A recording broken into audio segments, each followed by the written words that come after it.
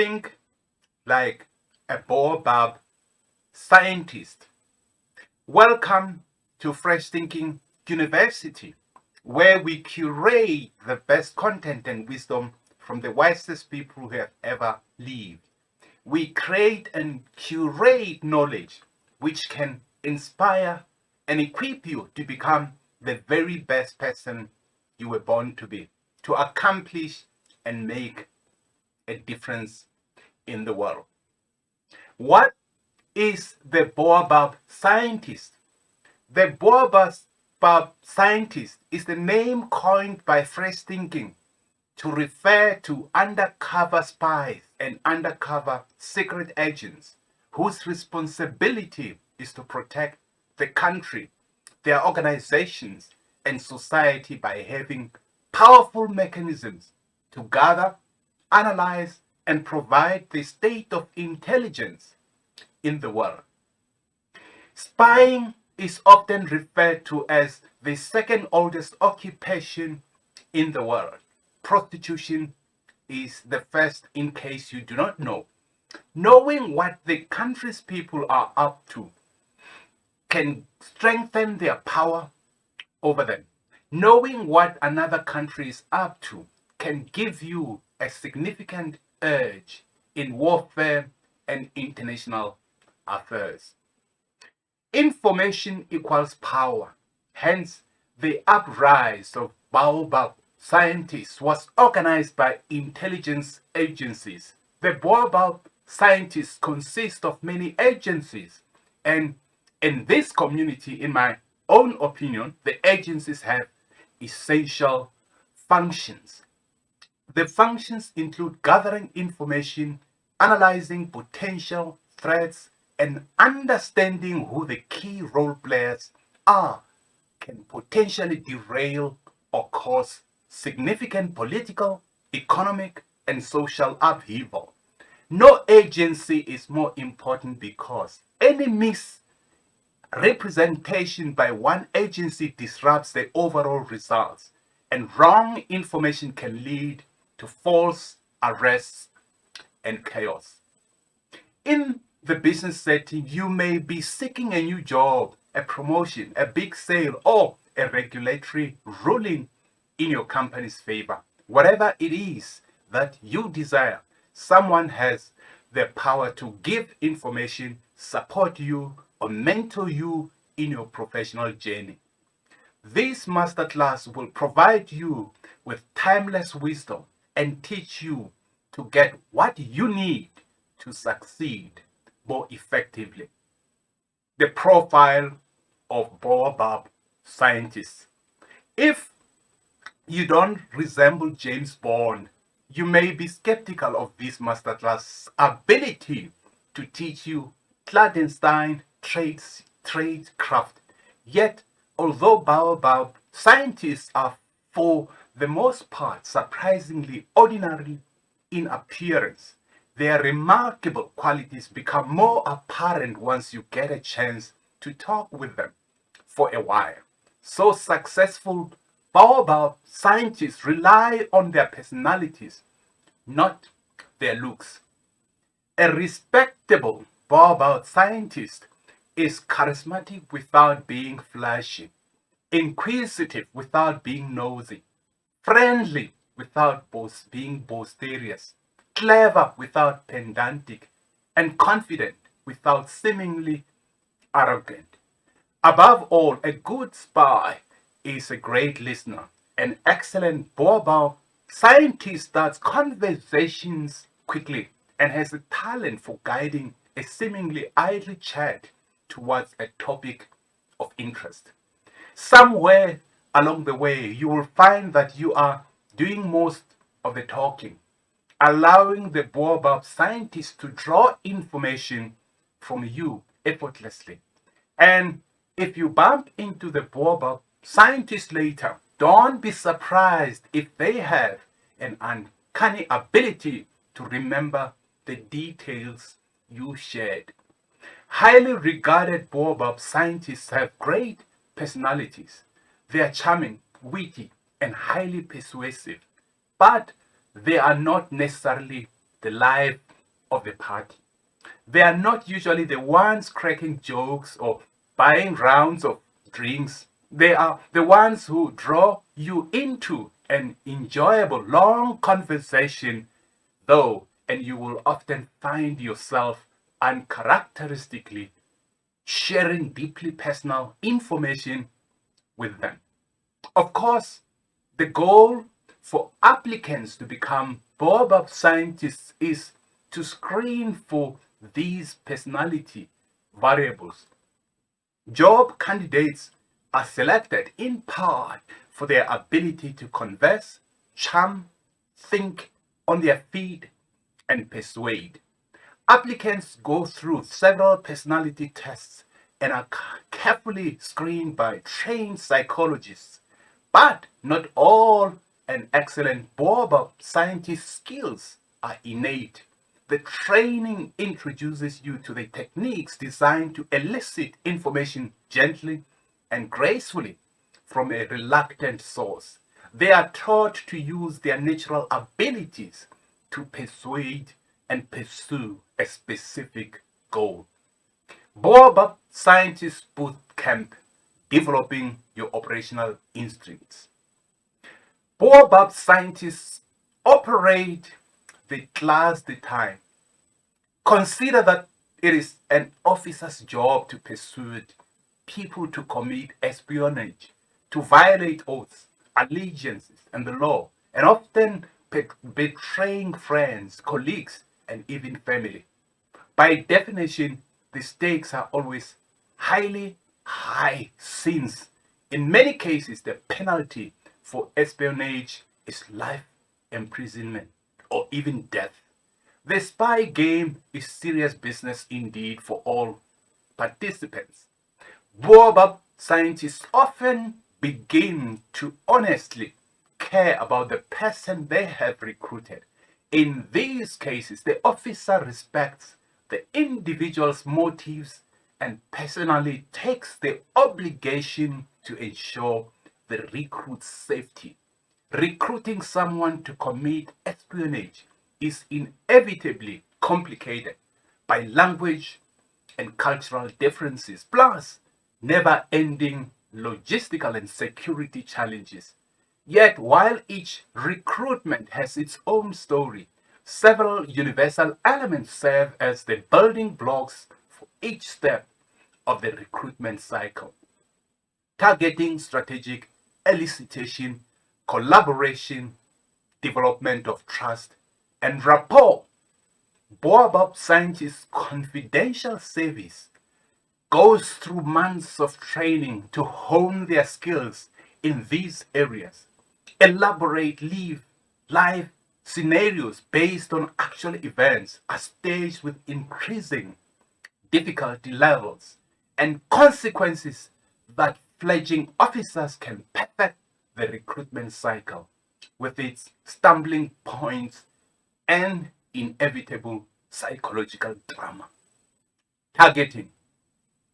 Targeting is the two-pronged process of obtaining information that will enable you to get close to your person or organization of interest. First, you seek to identify who can get you what you need. Second, you formulate a hook that you can use to facilitate contact with that person. Baobab scientists spend a great deal of time formulating personalized hooks. They spend a great deal of time preparing personalized themes for their targets. A proper angle contains three elements: a reason to meet once, connect, and continue to meet.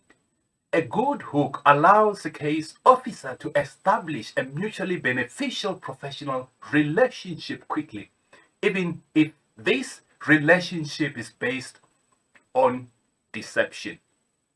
Targeting exercise.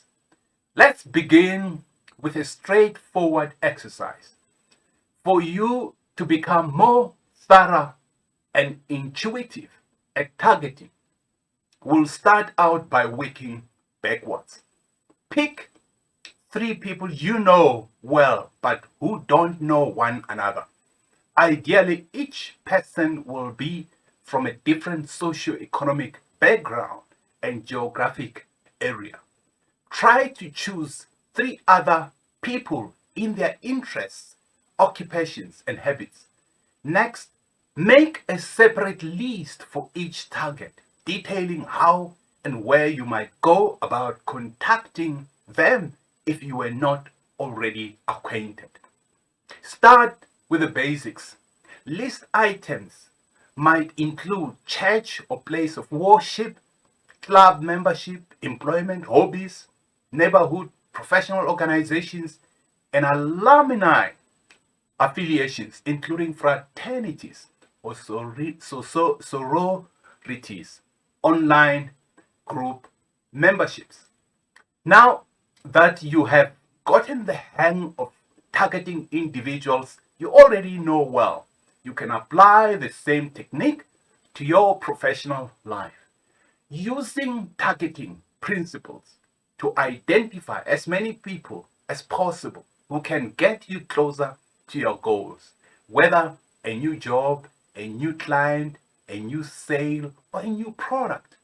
Strategic elicitation involves asking benign, non-alerting questions that eventually reveal information that would not have been given had you asked directly. In the intelligence world, strategic elicitation is used in a network fashion.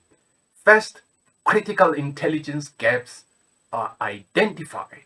Second, intelligence analysts formulate the questions that, if answered, could provide answers to fill those gaps.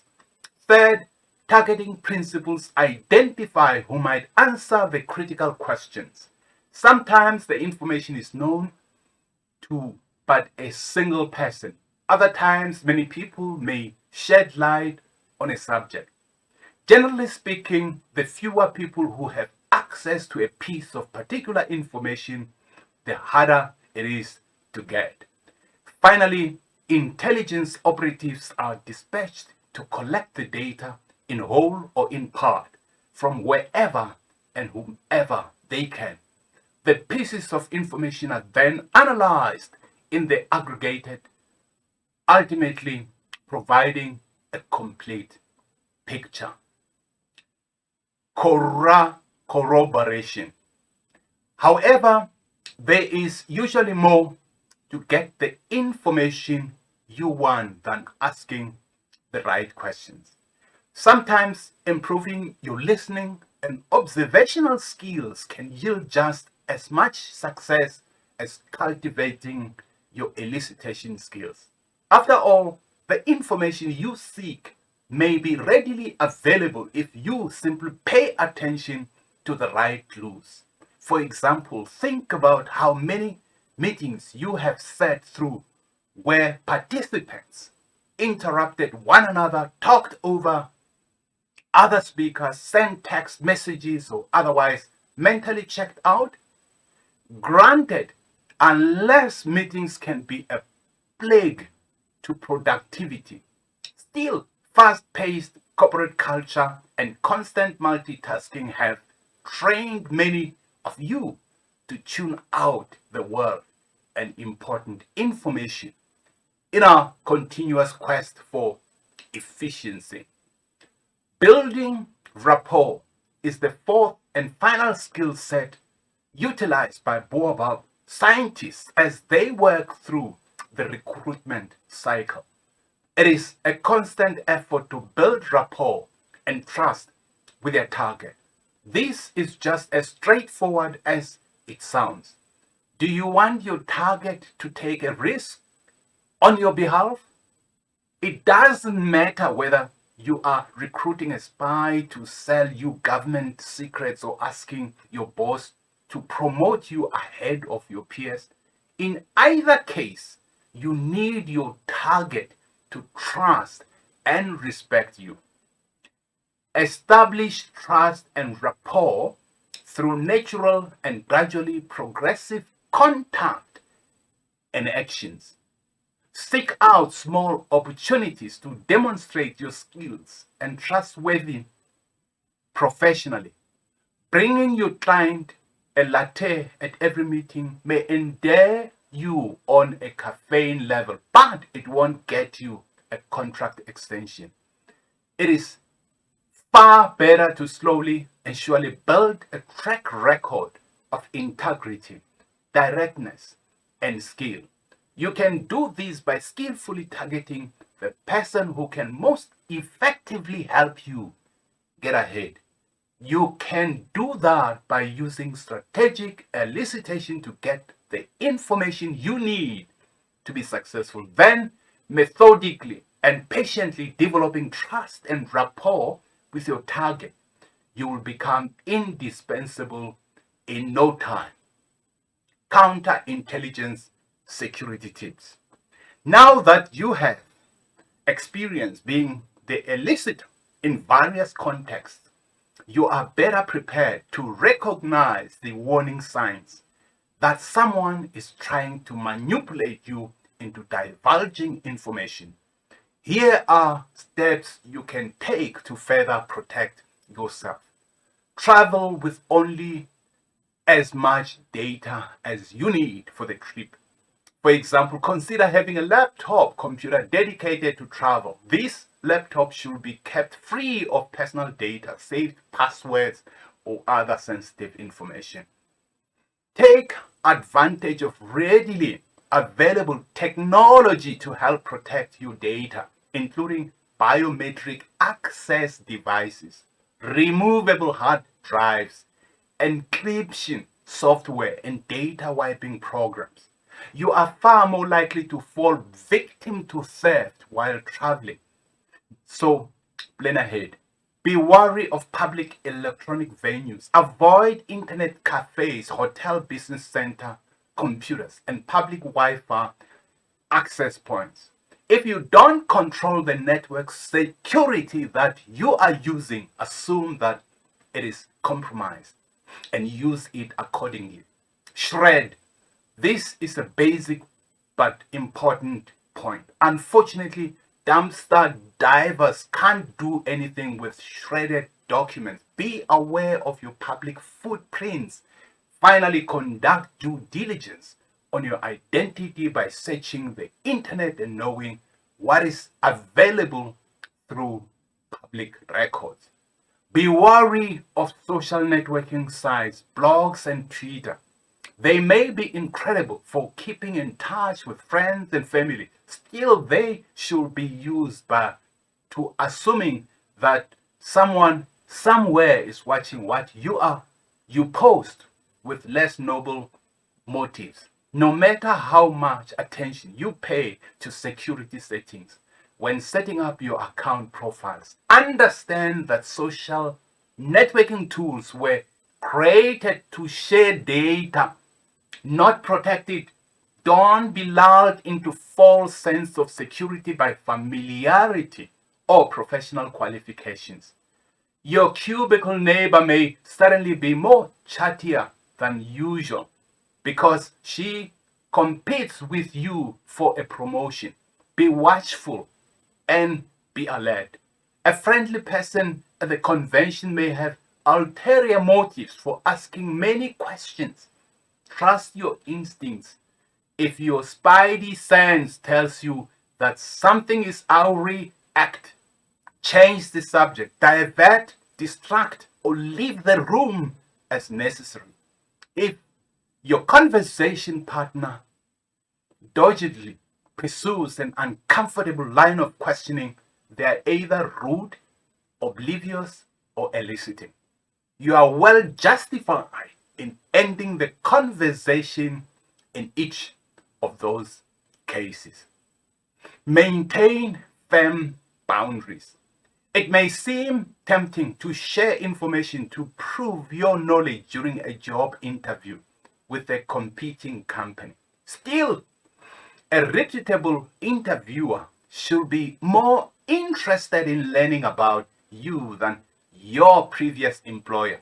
Save the party for the latter. It can be tempting to use alcohol or sleep aids to help you grab a little rest during those dreadful red-eye flights, or when your internal clock refuses to catch up with multiple time zone changes. Be mindful that alcohol can be a spy's best friend. You may think that you are in control if you aren't drunk and disorderly, but trust me, you are a far easier target when you are slightly under the influence.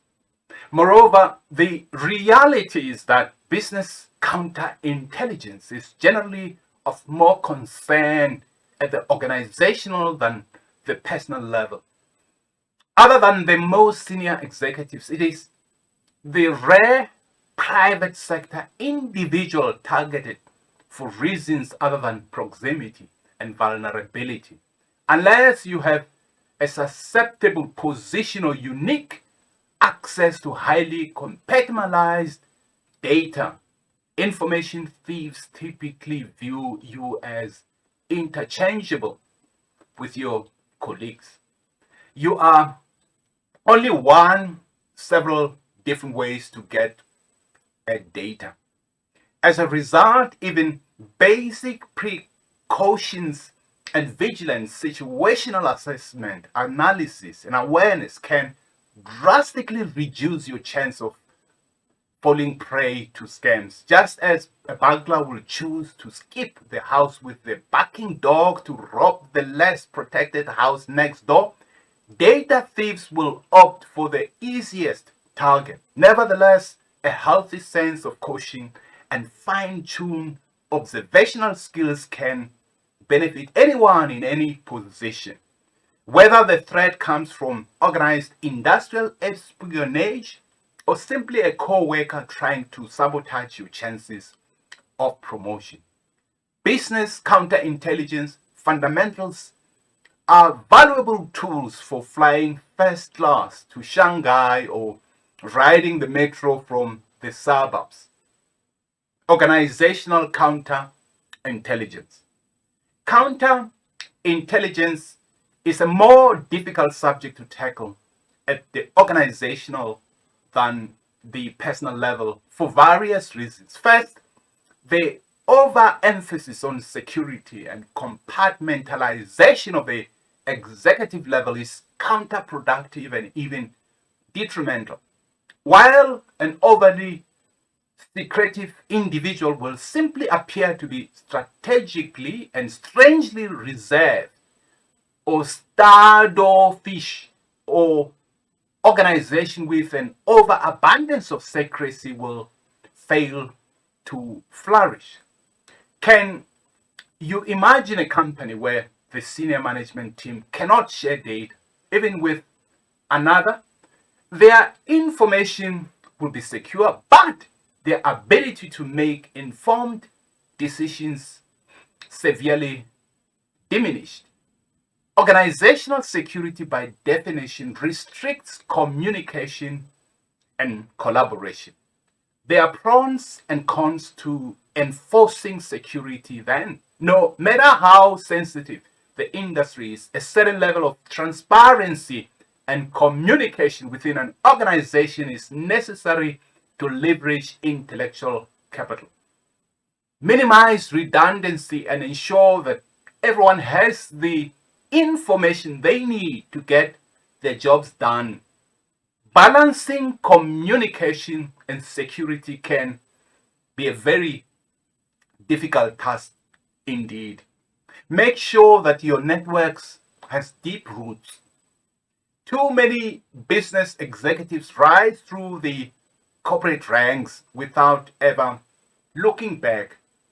After all, who doesn't want to leave the lean years behind? But in surrounding yourself with a network made exclusively of your ever more senior peers, you lose out on a critical information source. Respect data and intuition. Boabab scientists, officers funnel their collective intelligence to experts using aggregate data to observe trends, detect subtle shifts, and track changes. Unless your organization has its own dedicated competitive intelligence function, you will need to be your trend analyst. Listen to your detractors. For Baobab scientists officers, nothing is as essential as obtaining secret information from the groups and the nations mostly likely to cause harm to your country. Information about the terrorist networks, plans, and capabilities of a hostile nation's military preparedness. Say, inside information about a friendly nation's political maneuvers. In fact, officers posted to some of the crucial assignments in Western Europe are often derided as being on the cocktail circuit instead of spending their time in the hardship posts. The more critical and potentially damaging the information, the closer attention the intelligence community will pay, and the more accolades the Baobab scientists officers will receive for obtaining it. The more negative the information reported by a Baobab scientist, the better it is for their career. Acknowledge your weakness and vulnerabilities, even those you have worked hard to cultivate. To their credit, most business leaders are focused on building strengths and eliminating or minimizing weaknesses. But let's get a little bit zen here. It is possible for your organization's greatest strengths to also be one of its most significant vulnerabilities. This is true on several levels. First, the more challenging the market and the greater the disparity between competitors and the more vulnerable the top players is to espionage, finding security in an insecure world. What does it mean? Now that you know your vulnerabilities and how to identify attempts to exploit them, you are well on your way to being secure. Surprised that it is this simple? Well, the world of industrial counterintelligence is full of misconceptions. One is that economic espionage can only be countered by expensive and elaborate means worthy of Hollywood. Business counterintelligence practices are usually not complicated or cloak and dagger. They don't involve secret passwords or late night meetings in dark alleyways. Instead, business counterintelligence is primarily about vigilance, good security practice, and checks and balances. Another common fallacy is that counterintelligence is essential to business whose intellectual property worth exceeds their brick and mortar worth. Well, business counterintelligence does not just address information theft, it also deals with employee or skill set theft, customer theft, and product piracy. Similarly, many people may believe that only the top executives in major companies are at risk of becoming victims of corporate espionage, or that only companies dealing in secretive or classified industries are vulnerable. On the contrary, even the smallest companies can be victims. Building business relations and relationships that may have nothing to do with sales can be beneficial in highly unexpected ways. If nothing else, creating alliances with external organizations gives you additional sources of information that can impact your business. At a certain level, within every industry, it becomes a tiny world. For example, your vendor, supplier, or consultant may have once worked with your rival's new CEO. The head of the consulting firm that you regularly use may consider hiring someone from your competitor. The type of information that can be passed through industry alliances, wittingly or unwittingly, can provide a genuine business advantage. As a leader aspiring to think like a baobab scientist, what are the 3 key lessons you learned from this masterclass? How can you apply the lessons to improve the quality of your professional life?